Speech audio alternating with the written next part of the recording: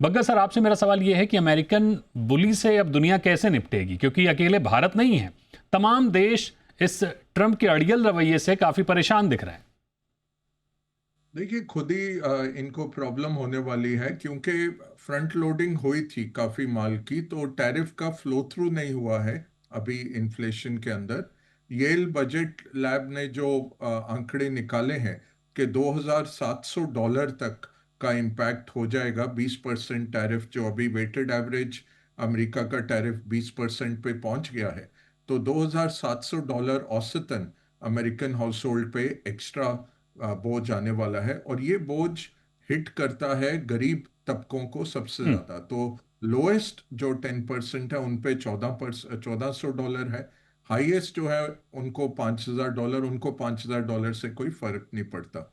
But जिस तरह से ये टैरिफ अब लागू किए जा रहे हैं और नंबर अच्छे आ रहे हैं, कस्टम ड्यूटीज कलेक्शन अच्छे आ रहे हैं। $29 बिलियन जुलाई में कलेक्ट हुआ, जून में 26 हुआ, $23 बिलियन मई में हुआ।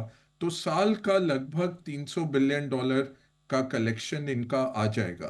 बट वो 300 बिलियन कौन पे कर रहा है? हम्म। क्या इंडियन एक्सपोर्टिंग कंपनीज पे कर रही हैं? क्या अमेरिकन इंपोर्टिंग कंपनीज पे कर रही हैं? या यूएस कंज्यूमर पे कर रहा है? ये जब खुलासा आएगा, और वो टाइम लग जाएगा, सितंबर अक्टूबर से पहले ये क्लैरिटी आनी शुरू नहीं होगी। आप देखेंगे कि इन्फ्लेशन एकदम से बढ़ेगा। तो one third one third one third का नॉर्मली ये रहता है कि एक्सपोर्टिंग कंपनी जो है वो वन थर्ड एब्जॉर्ब करने की कोशिश करती है, इंपोर्टिंग कंपनी अपना हम्म। मार्जिन घटा के वन थर्ड, और कंज्यूमर को पास थ्रू कर देते हैं। चाहे गोल्डमैन वगैरह की जो रिपोर्ट है, जो पिछली बारी 2018-19 में टैरिफ आए थे, 70 से 80% वो पास थ्रू हो गए थे यूएस कंज्यूमर को। अगर 70-80% पास थ्रू होता है, $300 बिलियन का एक्स्ट्रा खर्चा यूएस हाउस होल्ड पे आ रहा है। आज मैं बात भी कर रहा था अपने दोस्तों से, बैचमेट्स जो अमेरिका में हैं, हम्म। और वो कह रहे थे देखिए, हम 90% जो कंजम्पशन का सामान है भारतीय मूल का ही खरीदते हैं, और हमें अभी डबल होते हुए दिख रहा है। तो ओके। ठीक है, मेरे जो दोस्त हैं वो टॉप 10% में बड़े आराम से हैं, सारे वेल सेटल्ड हैं। बट वो यही कह रहे थे कि जो नए लोग हैं, नई शुरुआत की है काम करना, उन सब पे बहुत बोझ है। दूसरा जो बहुत अहम बात है दीपक जी, कल भी हमने डिस्कस किया था, जो जॉब डेटा निकल के आया, हम्म। 14,000 नौकरियां मैन्युफैक्चरिंग में चली गई हैं। हम्म।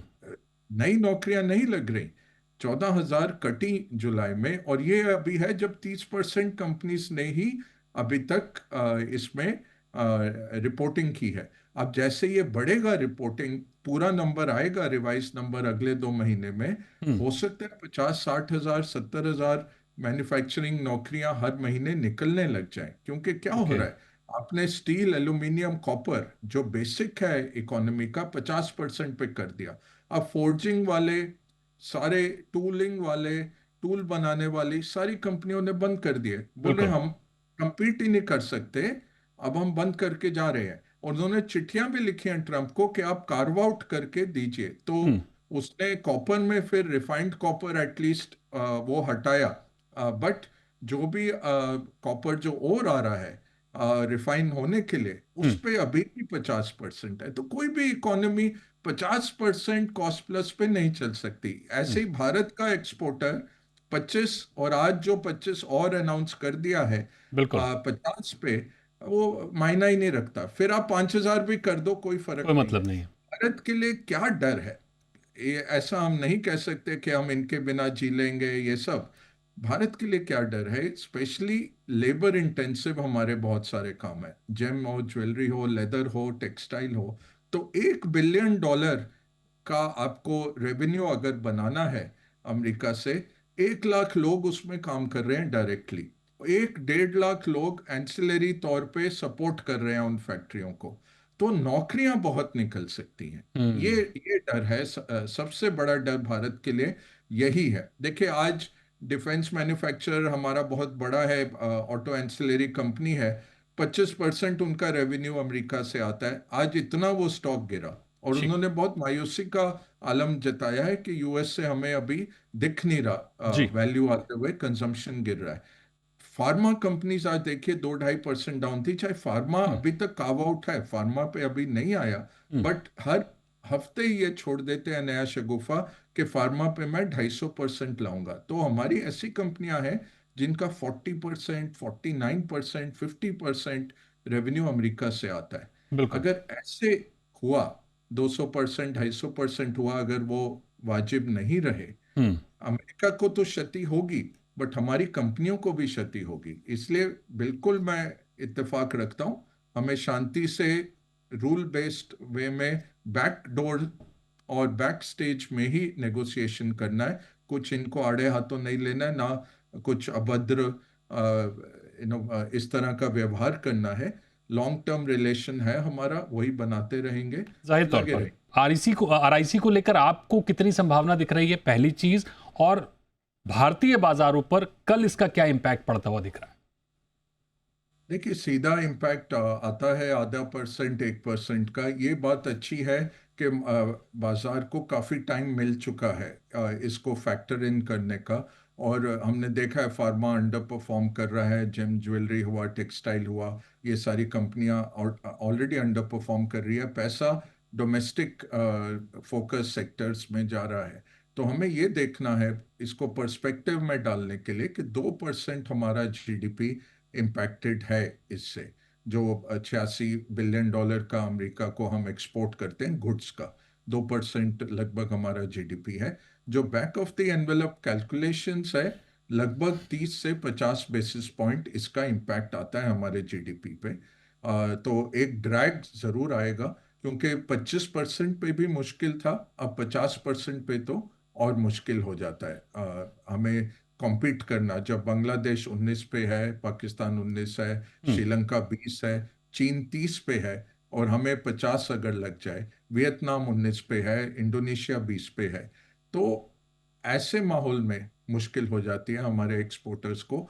ऑलरेडी ये पीक सीजन था क्रिसमस में सामान उठाने का, जी। और ऑर्डर्स नहीं आ रहे। तो सरकार, यही जो हमारी बातचीत हुई है पावर्स दैट बी के साथ, यही था कि सरकार ने तैयार किया है हम्म। एक मसौदा। और एक तो नेगोशिएशन जारी रहेगा, दूसरा एक्सपोर्टर्स को राहत कैसी दी जाए। और आज सवेरे, इसलिए जब आरबीआई की पॉलिसी थी, सवेरे मैंने यही कहा था, आरबीआई को पहले ही रेट कट आज कर देना चाहिए, क्योंकि खबर अच्छी नहीं दिख रही। हम्म। 25 भी बहुत मुश्किल है, मुझे नहीं लगता कि हम इसको 10 पे ला पाएंगे। ओके। जीरो टैरिफ तो किसी हाल में हम नहीं देंगे, वो तो हो भी नहीं सकता। जो बिल्कुल। कोरिया या ईयू या वियतनाम ने घुटने टेक दिए, वो भारत नहीं करने वाला। तो 15 से 20 मिनिमम है, अगर हम कर भी पाए। ओके। अब ये 25 + 25 हो गया है, तो हमें 25 कर लेना ही मुश्किल दिख रहा है। हम्म। अगर वही 25 हो जाए तो वही थोड़ी राहत आ जाएगी। ठीक। तो अच्छी अच्छी बात नहीं हुई आज, बट यही अब आशा की किरण है। 21 दिन है हम्म। लागू करने में। दूसरा, रशिया के साथ इनकी बातचीत चल रही है, तो ये बिल्कुल। इररिलेवेंट हो जाए होपफुली अगले एक आध महीने में। और एटलीस्ट फिर 25 के पड़ाव से हम नेगोशिएट करें डाउनवर्ड्स। बिल्कुल, करंट सिनेरियो से अगर हम आगे की ओर देखें और हालात और बिगड़ते हैं, तो नया वर्ल्ड ऑर्डर क्या देख रहे हैं फिर आप? देखिए, ये तो अभी डिस्ट्रक्शन शुरू हुआ है, अब सृजन आगे से शुरू होगा, नया वर्ल्ड ऑर्डर बनेगा। ब्रेटन वुड्स जो चल गया था 80 साल तक, हम्म। उसको इन्होंने चैलेंज किया है। साथ में इनको एग्जॉर्बिटेंट प्रिविलेज है कि ये रिजर्व करेंसी के मालिक हैं। हम्म। तो $37 ट्रिलियन का डेट होते हुए भी ये इस तरह से दुनिया को टाइट कर सकते हैं। तो अब भारत को ये देखना है, जो एफएक्स रिजर्व हमने 400 450 बिलियन अमेरिका के ट्रेजरीज में रखे हुए हैं, वो कितने महफूज हैं। हमारा सोना जो बाहर के देशों में पड़ा है, अभी देखिए जर्मनी और इटली ने 100 बिलियन का अपना सोना न्यूयॉर्क फेड से मंगाया वापस, कि नहीं हम खुद रखेंगे। क्योंकि जिस तरह से $300 बिलियन रशिया के सीज कर लिए थे एफएक्स रिजर्व्स जब यूक्रेन का युद्ध शुरू हुआ, ये कभी भी वो कर सकते हैं। 15 ट्रिलियन डॉलर्स ग्लोबल इन्वेस्टर्स के अमेरिकन मार्केट में लगे हुए हैं, बॉन्ड और स्टॉक्स में, और सॉवरेन्स के, इनके एफएक्स रिजर्व्स मेंटेन करने में। तो वो हर देश को ये देखना है कि आप फंडिंग कर रहे हैं ऐसे देश को जो इस तरह का नेता चुन के लाते हैं और अलाउ करते हैं इनको मनमानी करनी इस तरह की।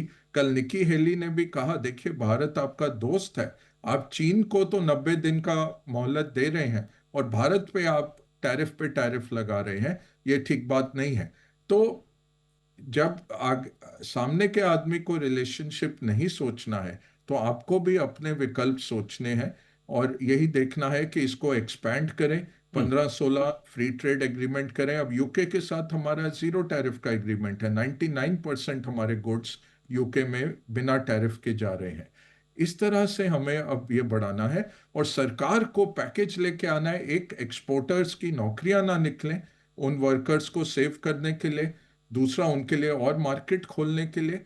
हर एम्बेसी को अब ये टास्क दिया जाना चाहिए कि आप देखिए कि हमारा ये अवेलेबल है इस कंपनी द्वारा, आप इनका मार्केट खुलवा के दीजिए ताकि ये जो क्रिसमस का इन्होंने उत्पादन करके रखा हुआ था, जो अब ऑर्डर नहीं आएंगे 50% पे, वो किसी तरह से लगे। तीसरा, जीएसटी काटिए, फिस्कल स्टिमुलस डालिए ताकि डोमेस्टिक कंजम्पशन बढ़े। डोमेस्टिक ही हमारी इतनी कैपेसिटी है, 60% हमारा GDP domestic house hold consumption से ही चलता है।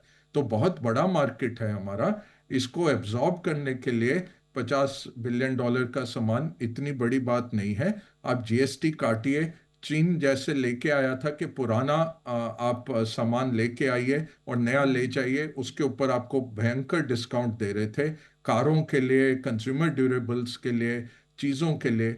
ऐसा करके इस साल के लिए, अभी इस फेस्टिवल सीजन के लिए हमें थोड़ी छूट दे देनी चाहिए। बिल्कुल। जीएसटी में बड़ा कट लाइए इन्हीं सेक्टर्स के लिए, टेक्सटाइल हो, लेदर हो, जेम्स ज्वेलरी हो, बिल्कुल। इनको राहत दीजिए ताकि डोमेस्टिक, जैसे होता है ना कि रियल एस्टेट में स्टैंप ड्यूटी कट कर देते हैं, हम देखते हैं जहां 5,000 ट्रांजैक्शन हो रहे थे 50,000 होने लग जाते हैं, वो करेक्ट। 2-3% ही मूव कर जाता है ऑन द मार्जिन।